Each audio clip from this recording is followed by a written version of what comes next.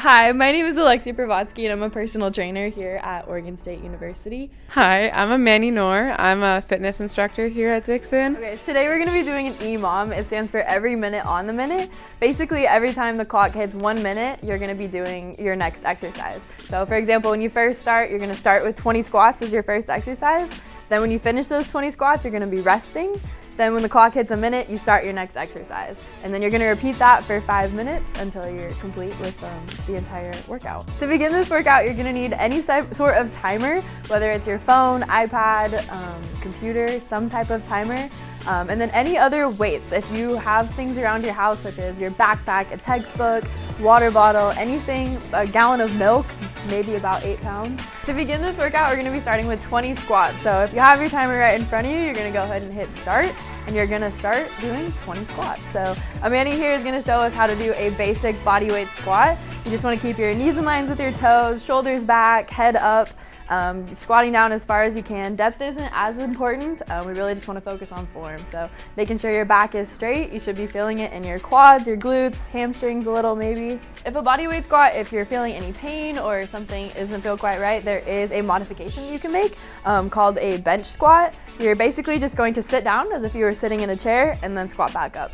Same exact motion that I was saying before, so knees in lines with your toes, sticking your butt back, keeping your back straight, but you're just going down to a chair instead of as far as you can.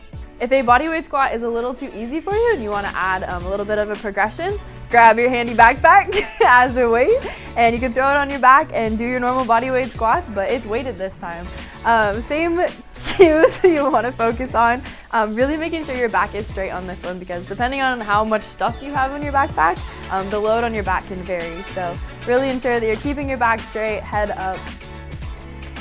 Super important. Okay, your next exercise is going to be Renegade Rows. So once your clock hits 1 minute, you're going to start into your next exercise. So Renegade Rows are going to be, you're going to start in a plank position. So as Amani is here, your back is straight, and she's just going to take her left hand, row it straight up to her belly button level, and then put it back down.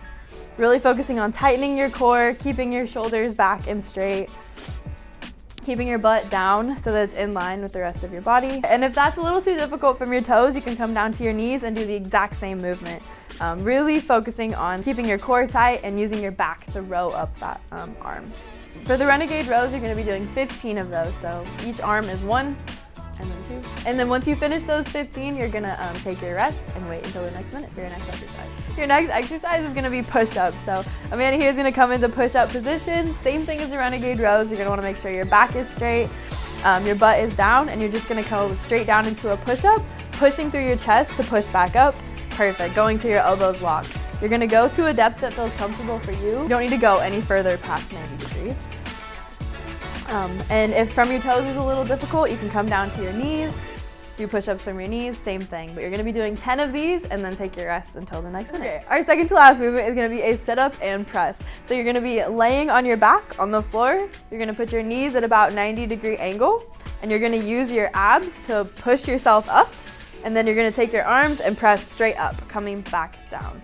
You're gonna sit back down and then come up, press straight up, straight back down.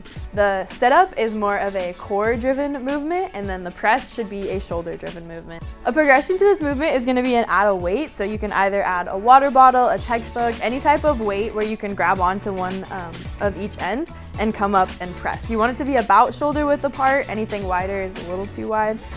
So a water bottle or a Hydro Flask is a perfect weight to add to this movement. So you're just going to do the same sit-up, drive straight up with your shoulders, and then come back down, using your abs to do the sit-up and your shoulders to drive the press. Okay. Our last and final exercise is going to be forward lunges. So we're going to be doing 20 forward lunges here, so 10 each leg. You're just going to stand from a neutral position, come down, and then your front knee should be at about 90-degree angle, and then you're just going to push straight back up, really using your quad to push yourself up. A modification to this movement is going to be to add stability to it. So a lot of times lunges, they do require a lot of balance, so we just want to ensure that you're staying sturdy. So if you feel like your balance is off, go ahead and find a wall, a table, a chair, anything to kind of give you balance in the opposite hand so that you feel a little bit more stable when you're doing these lunges. A progression to this movement is going to be to add weight. So same backpack we had earlier, you're just going to throw it on your back and do the exact same lunges. here is the same cues as the squats. You really want to ensure that your back is being straight so you're not putting pressure on your low back. So really just ensure that your head's up, you're looking straight up, and you're coming down into the same 90-degree angle as you were before. The first stretch we're going to be doing today is called the quad stretch. You're just going to kick your left ankle up into your left hand, and you're just going to pull straight up, feeling the pull down the left center of your quad here. You can use a wall for stability if that feels better, because sometimes this stretch does require a lot of balance. But you're just going to hold each side for 10 to 15 seconds, and then you're going to switch. Do the same thing on the other side, stretch out your quads.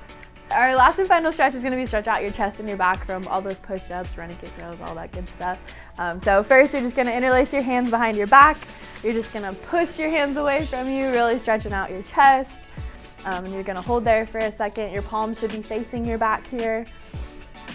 Hold that for about 10 seconds, and then after that you're going to switch.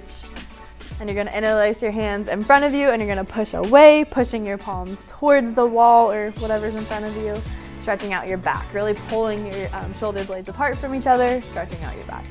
If you have more time or you just want a longer workout, you can repeat this as many times as you would like. This one here is designed to be 5 minutes, but you can make it 10 minutes, 15 minutes, whatever you have time for, just to get those reps in and get you moving. Thanks for working out with us today, guys, and keep moving.